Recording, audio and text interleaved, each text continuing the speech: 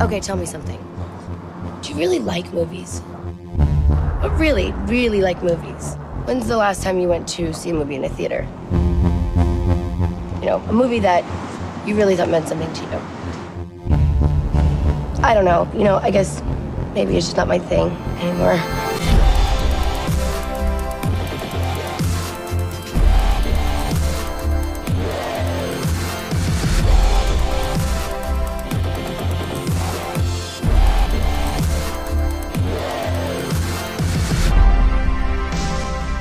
I like making my own movies. What do you mean you make your own movies? I guess I'd like to keep some parts of my life private. Nobody has a private life anymore, Tara.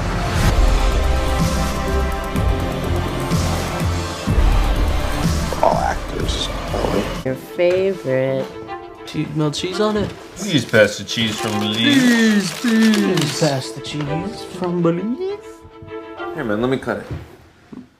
What do you think I'm gonna do? I'm Tyler Evans. I just transferred. Today's my first day. You guys see the new kid? He doesn't stand a chance. I'm Paige. I'm supposed to show you around. Well, look, I hope you like it here. Thanks, I do too. Look who it is. Check this out. Whoops! Oh. I'm injured. It's nice to meet you. Hey, I didn't think you were the partying type. I really don't party, to be honest. Hi, Indrid. Hi. I was thinking about going to the dance. Is it because Paige is going? Do you ever wish for something to go wrong? Maybe add a little excitement to this place. Excuse me? You have no idea what a bad day really feels like. Do you have something to add, Indrid? Fact, evolution, and natural selection are facts. Stronger traits of living organisms will ensure its survival through the generations, while the weaker ones be bred out over time. It's why we're here today. If you're alive, it's because something has decided for you to be alive. What did Indrid tell you, Tyler?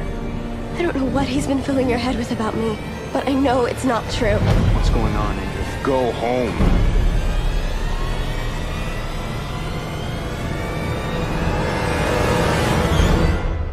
You're so certain about everything. Can I borrow your pen? I am the head of state.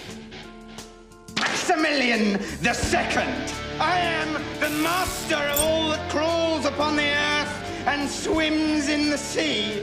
I would like him eliminated with extreme prejudice, like Marlon Brando. I didn't come to violence casually, you know. But you get to a point when you have no choice but to take up arms against your oppressors, even if those people happen to be flying your own flag. I assume you believe there are things worth dying for, killing for? Yes, sir, I do. We're a nation at war, and you're with us, whether you regret it or not. Close the door. Surely the second coming is at hand. It's an embarrassment to have a member of Parliament locked up. Read the graffiti, you're a hero. Show me a hero and I'll show you a tragedy. None of them can see how dangerous Thorn is. You know what you're gonna have to do. You want to kill a snake, you cut off its head. Are you out of your mind, Captain? You are hereby placed under arrest for crimes against the people, crimes against the state, and crimes against humanity. Adam, can you think of any reason why your husband should not be put to death? Let the record show that the witness was silent. Government is falling. Officially, sir, I have no opinion. Well, you should look into getting one. Under the old government, man exploited man. But since the revolution, it's the other way around.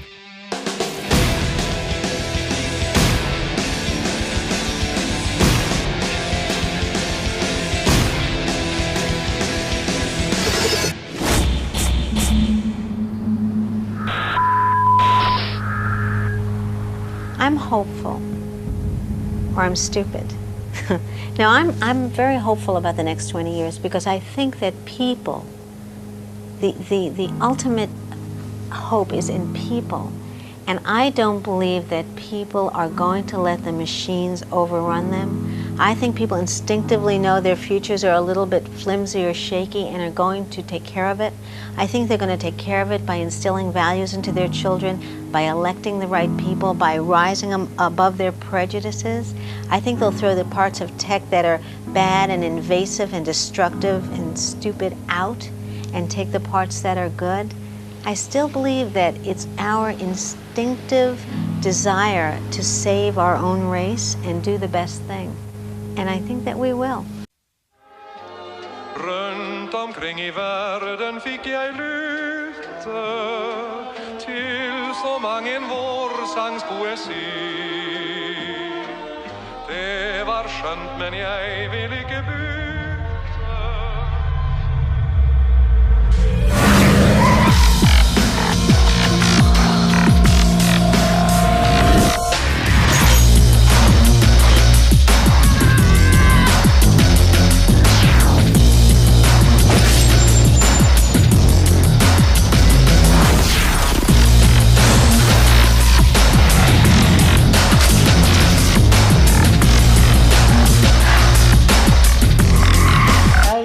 Nya klasskamrat.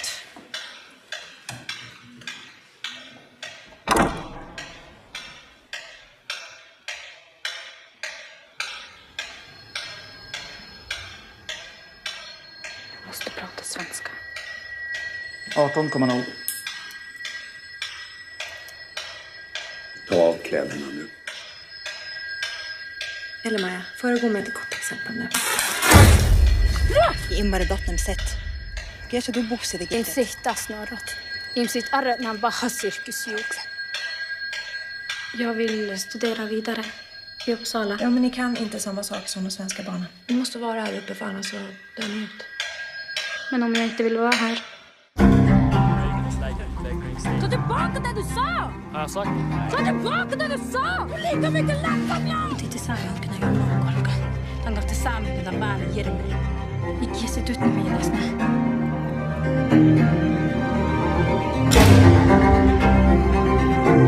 Är det inte du som är från Lappland?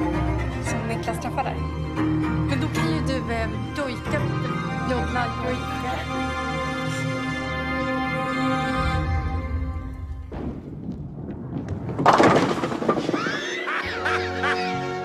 There's a place where life is simple. People are perfect. And everything is black and white. Honey, I'm home. It's a place that's as far from reality as we can imagine. How about some marshmallow rice squares? Those are swell. But maybe it's a lot closer Let me see that. than we think. What happened? I'm not sure. Look at me. I'm pasty. Morning, kids. Better get a move on or you'll be late for school. I put blueberries in them just the way you like. We're in Pleasantville? No! We're supposed to be in school. We're supposed to be in color? What's all the commotion? Who's that? I didn't think you'd want to come here until we'd been pinned for a little while. You can pin me anytime you want to. Or maybe I should just pin you. She's a fine young woman. She would never do anything for us to be concerned about. From the creator of Big and Dave, What are you doing to these people? You can't do this to them. You're messing with their whole universe. Maybe it needs to be messed with David. comes a story about the loss of innocence. I brought you something from the library. Gee whiz. And the power of change. What's outside of Pleasantville? There's some places where the road keeps going.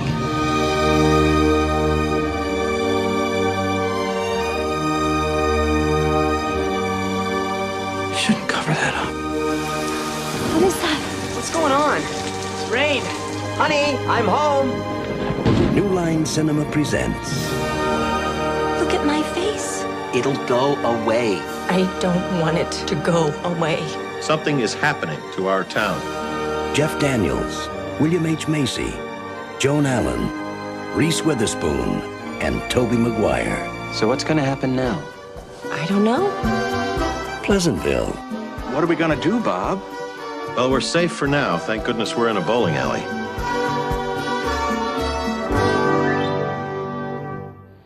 What would you say the main value of the research and the writing that you and Jung have done on alchemy is? I would say that a civilization needs a myth to live. We know that if missionaries destroy the myth of a primitive people, they destroy them also physically. They begin to drink, they degenerate, they are lost. And no civilization can live only from welfare. It needs a myth to live. All great civilizations, when they were flourishing, had a living myth. And I think that the Christian myth on which we have lived has degenerated and has become one-sided and insufficient. And I think that alchemy is the complete myth. And that therefore, if our Western civilization has a possibility of survival, it would be by accepting the alchemical myth, which is a completion and continuation, but and richer completion of the Christian myth. That's a myth we could live again with, in contrast to the Christian myth, which doesn't satisfy a great amount of people anymore. And the Christian myth is deficient on not including enough the feminine, or in Catholicism they have the Virgin Mary, but it's only the purified feminine. It's not the dark feminine. And in excluding matter and treating matter as dead and the realm of the devil.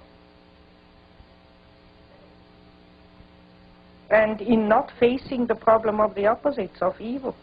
And alchemy faces the problem of the opposites, faces the problem of matter, and faces the problem of the feminine. The three things which are lacking in Christianity. New York City. All the kids home from boarding school. Everyone has money to blow. Where are we going? Who's gonna be there? Mostly seniors, I hope. If you're looking for a party, if you're looking for escape, then you're looking for White Mike. Hey, what do you got for me? Medicine Man, yo, can you hook me up quick? If you can be there in 5 minutes. Last night I did this thing, it's like... It's called 12. I don't handle it. Do you know who does? Molly, what are you doing? How is working for your dad's restaurant? It's good, you know. I'm learning a lot. Living the life. You know me, Molly. You a girlfriend? Not really, no. She's too good for the life I lead, you know? You need to be moving 12. Got orders off the rack coming out your hood. Hi. How much? 1,000. I can't be getting involved with this, all right? Think I got time to be out here with you? Where my money, Charlie? You see my cousin Charlie around? Who? Nah, I ain't seen him. Dad? Charlie's dead. I'm so sorry. 5, 10, 15, 20, 25, 30, 35, 45, 10, 15, 20. Can I borrow some money? Absolutely not. You've already spent all of your vacation money. Nothing to show for it. I just throw my famous parties, and I'll be famous. That's what you want? To be famous? So what's it gonna take to get through to you? I don't have any money right now. I can give you something else. To get through to you.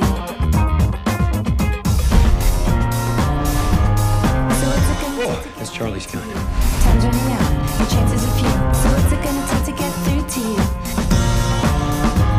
So what's it gonna take to get through to you? No one needs anything here. It's all about want. Me, I want what's coming to me. Oh, well, what's coming to you, Tony?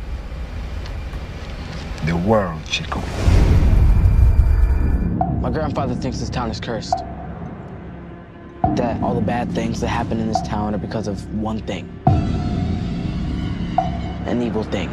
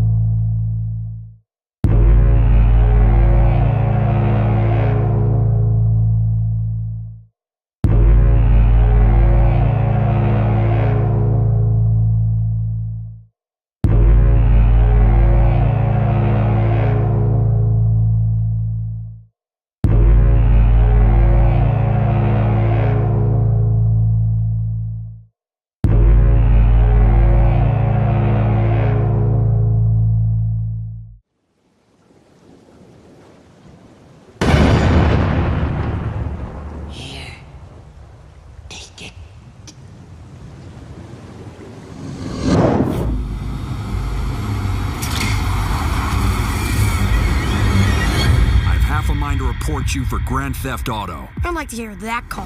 Hello, police. My son stole the Batmobile. Remember, Robin, justice... Not vengeance. You never trusted me! Trust has to be earned. You didn't really think I'd let you sneak out again. Welcome to the Court of Owls. You lead us in a war on Gotham. We've got to stop it. Get the hell out of my cave. He's using you, Robin, to get to me. The choice you make tonight will define you for the rest of your life. This is where we come to the most extraordinary of all the stories surrounding Attila.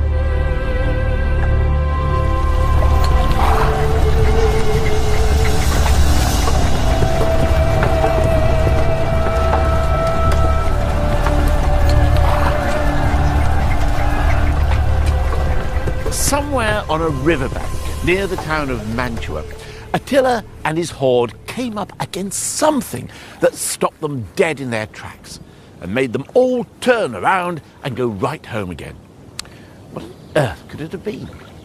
The Roman army? No, not this time. An earthquake? No. A miracle, perhaps? Well, possibly. It was the Pope.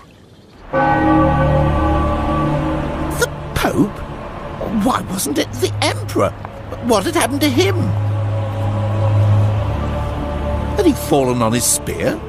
No, the truth is there were now two political power bases within the Roman world. The Catholic Church, which was flourishing and expanding, supported by tax breaks for the clergy. And then there was the Emperor. But his power base was no longer what it had been. Since the time of Constantine, emperors had relied on the Christian Church for support and claimed that they were put there by the Christian God. The Roman state makes the claim that it dominates the Mediterranean world because it is God's creation for bringing civilization and Christianity to the entire world.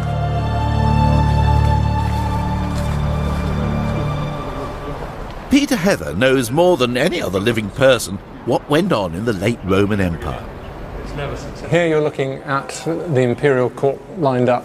So you have the emperor himself in the middle in solid purple. On his right you've got the imperial bureaucrats. They get a bit of purple, and the soldiers on the outside. On the other side here we have Maximianus, who's the Archbishop of Ravenna, and then his clergy on the right-hand side. But it shows the total harmony of church and state. I mean, the two are melded together. Looks to me like the most important people, they're all clergymen by the looks of it. You're quite right. Christianity and the clergy are major elements of this ideological structure that is the empire. How did the Pope, the man of God, repel Attila, the rapacious man of blood? Well, here's the official Catholic version.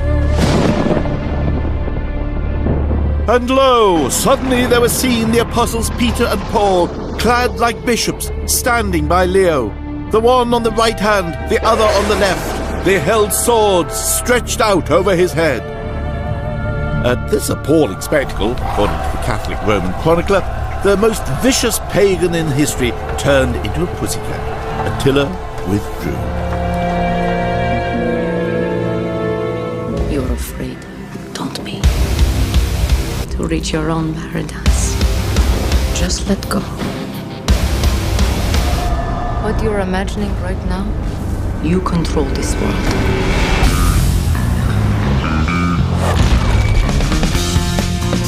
What are you looking for? A way out. I'm going to help you to be free. You will need to find 5 items. The first is a map.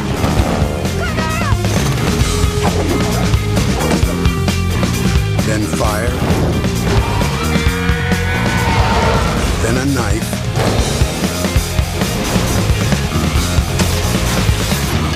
And a key. The 5th thing is a mystery. your journey. It will set you free. He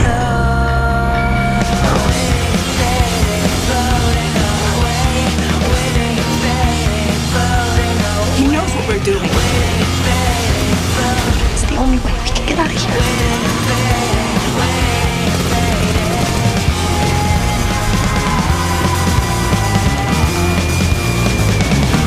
If you don't stand for something, you'll fall for anything.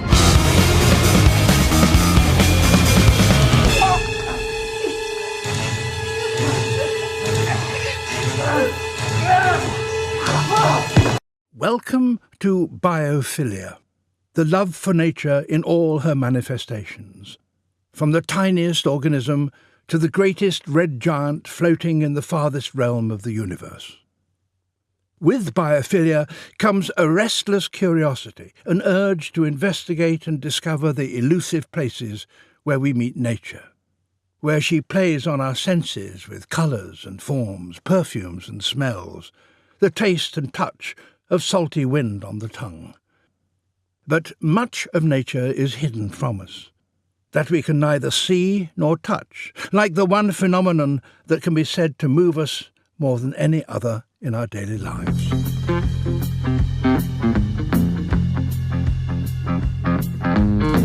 Baby did a bad, bad thing. Baby did a bad, bad thing. Baby did a bad, bad thing. Baby did a bad, bad thing. You ever loved someone so much you thought your little heart was gonna break in two? I didn't think so. You ever try with all your heart and soul to get your lover back to you? I wanna hope so. You ever pray with all your heart and soul just to watch her walk away?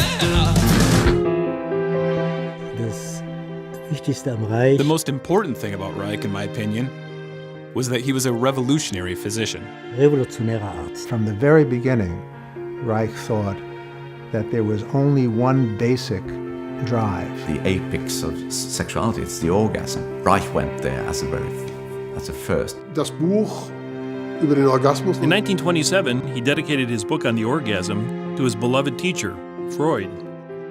The term sexual politics basically originated with Reich. He's also a pioneer of body therapy. And Reich was the first person to introduce breathing into psychoanalytic therapy. Nobody talks about breathing the way Reich talks about breathing.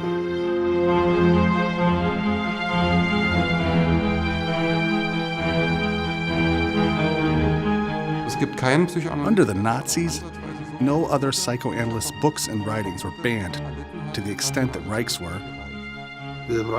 Wilhelm Reich took a clear stand against fascism, and his name was on the Gestapo list. That he undertook such a radical position and paid for it at such great personal sacrifice has made him a role model for me to this day. There was a lot of gossip about Reich. He was thought of as kind of a quack. Everybody was afraid of him in town. They would call him a communist, they would call him a Nazi. One of the things I remember hearing as a child was that he had a machine gun on the roof. One gentleman actually asked me this. He said, is it true that when you work with the mice, you have to take off all your clothes and wear this sheer white uniform?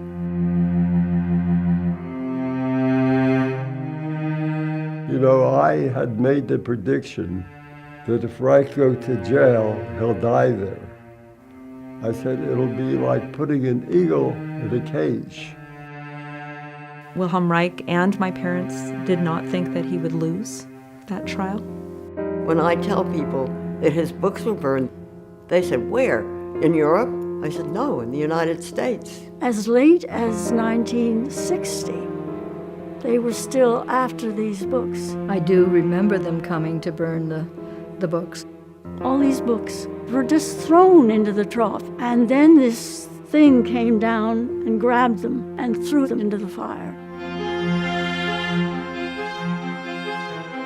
Reich was clearly a brilliant person who could see many things that other people just were unaware of. It would be very good to deconstruct what we think we know about Wilhelm Reich and start all over again and ask the simple questions. Who was he? What was he really on to? If what Reich did was important, it's not just because he was a therapist, and a really good one. He believed he had made some of the most important scientific contributions of the 20th century. The biggest mistake that the false narratives in the past have made is to dismiss the science out of hand. That's the most important thing this film has to contribute. An accurate and clear and understandable portrayal of Reich's science. You think you know how the world works? You think that this material universe is all there is? But what if I told you the reality you know is one of many?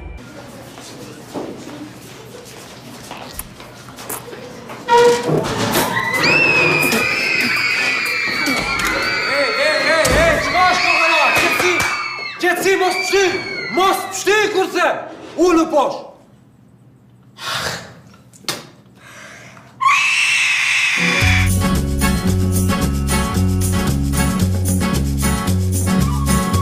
Talking to you? Unë nuk e di si sillem mësues tjerë me ju edhe nuk më intereson. Po në orë time, dhe sa jam unë këtu, nuk do t'ju prek kërkush me dorë. As tjerët as unë. I'm chilling over. Me sandaler i shkollën. A venjet ditën e parë. Me mu do merremi vesh vetëm me fjalë. Gjartë? Tira mo, pse ke? Pse? Sa premtime si ke realizu pa? Sa premtime si në këtë që rrënita? Po përse një fletore ta shumë me ta premtime që se nuk realizujë. Okej, përfundojmë.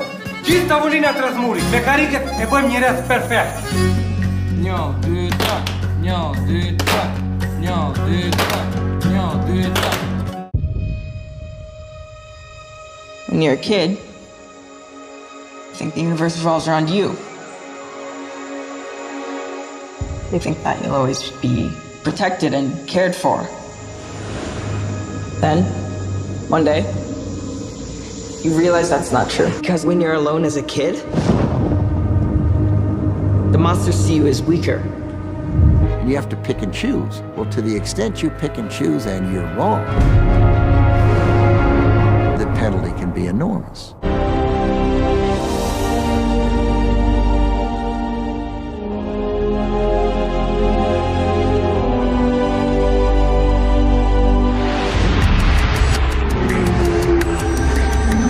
At a time when man has become dependent on robots to satisfy our every need. Man made us better at what we do than was ever humanly possible. Science will create a new order of artificial being. You're a machine. I'm a boy. Impossible. More intelligent, more feeling, and more human than ourselves. Until you were born, robots didn't dream, robots didn't desire unless we told them what to want. Some of us will embrace it. He is only a child. Monica, he's a toy. He's a gift. Others will fear it. They made us too smart, too quick, and too many. That's why they hate us. Þetta að standa þig vel. Já.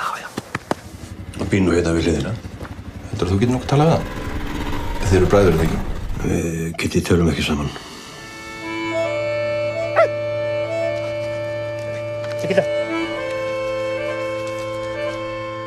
Og sigurvegarinn í ár Kristinn Böðvarsson með rútingsbrota.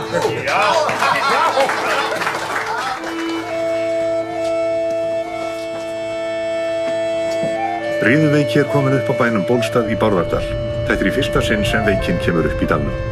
Þeir telja að samgangurinn sé það mikill að ef eigi að útrýma veikinni þá verður að skera allan dalinn.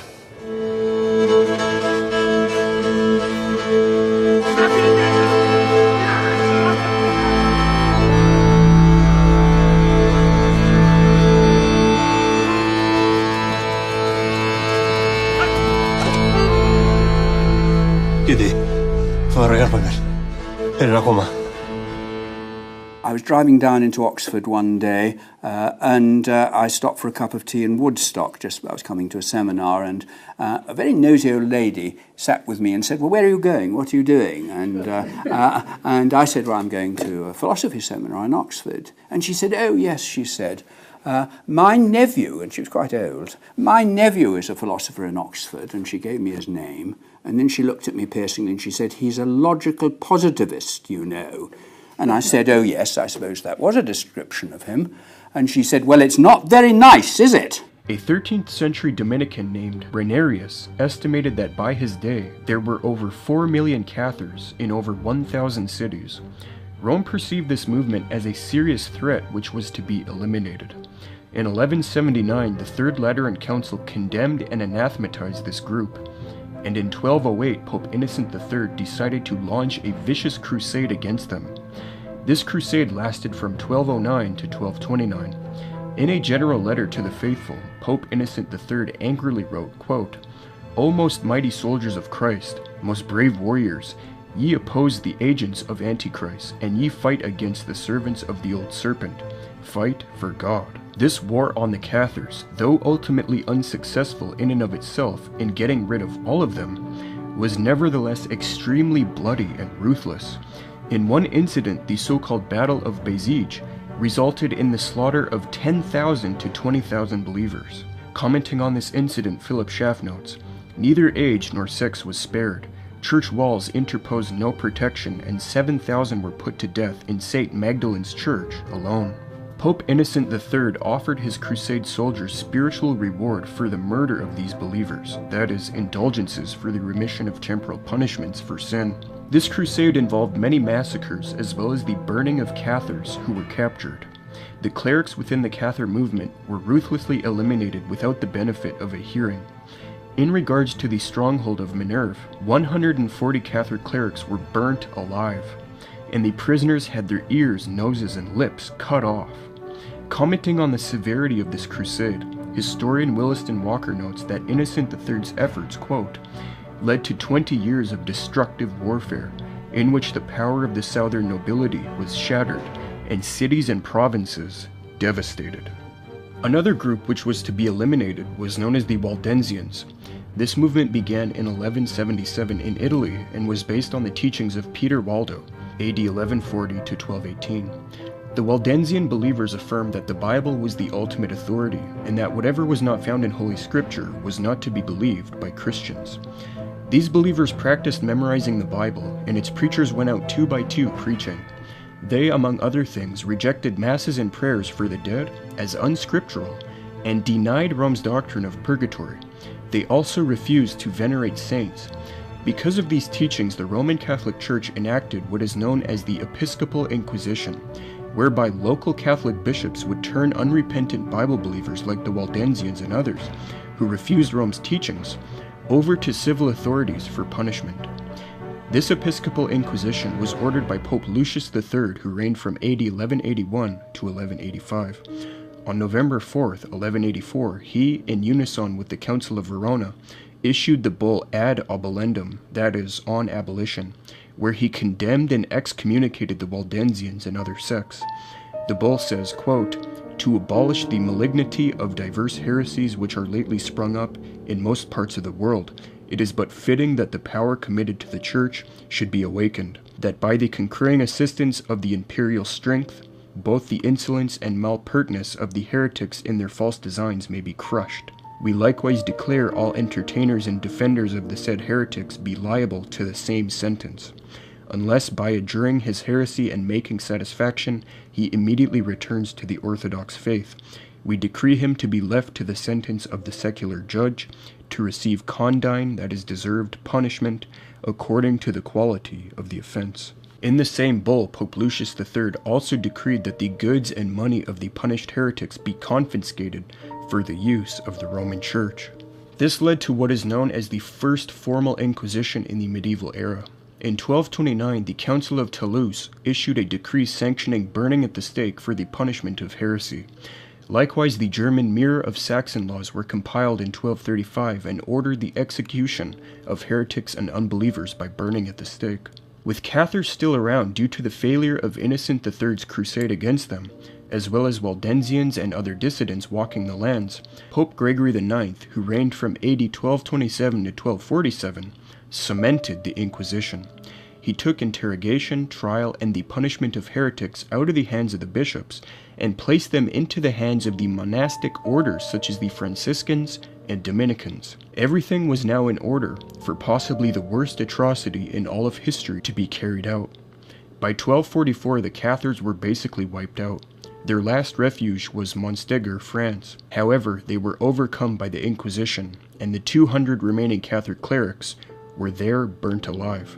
As historian Williston Walker remarks, by means of Inquisition, the Cathars were utterly rooted out by the middle of the 14th century.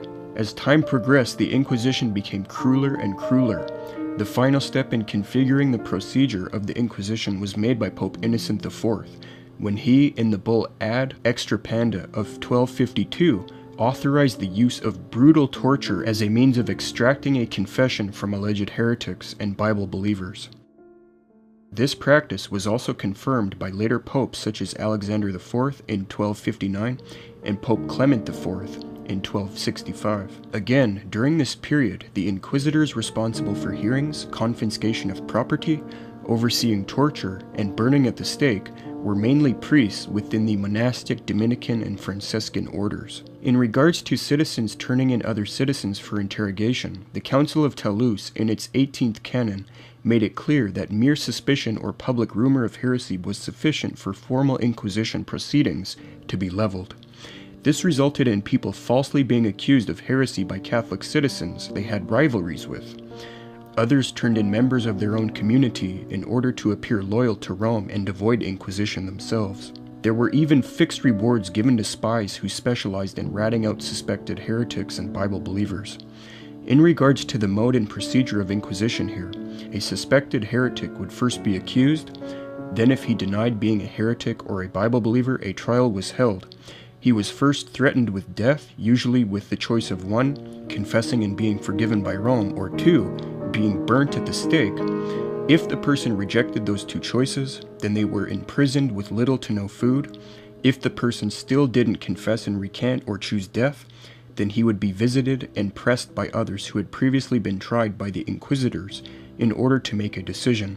Then if that didn't work, the person was brutally tortured in various ways in order to extract confession. This usually resulted in a confession and recantation, but nevertheless others such as Bible believers would bravely endure the torture and not give up their faith in the Word of God and in Christ. Just close your eyes, but keep your mind wide open.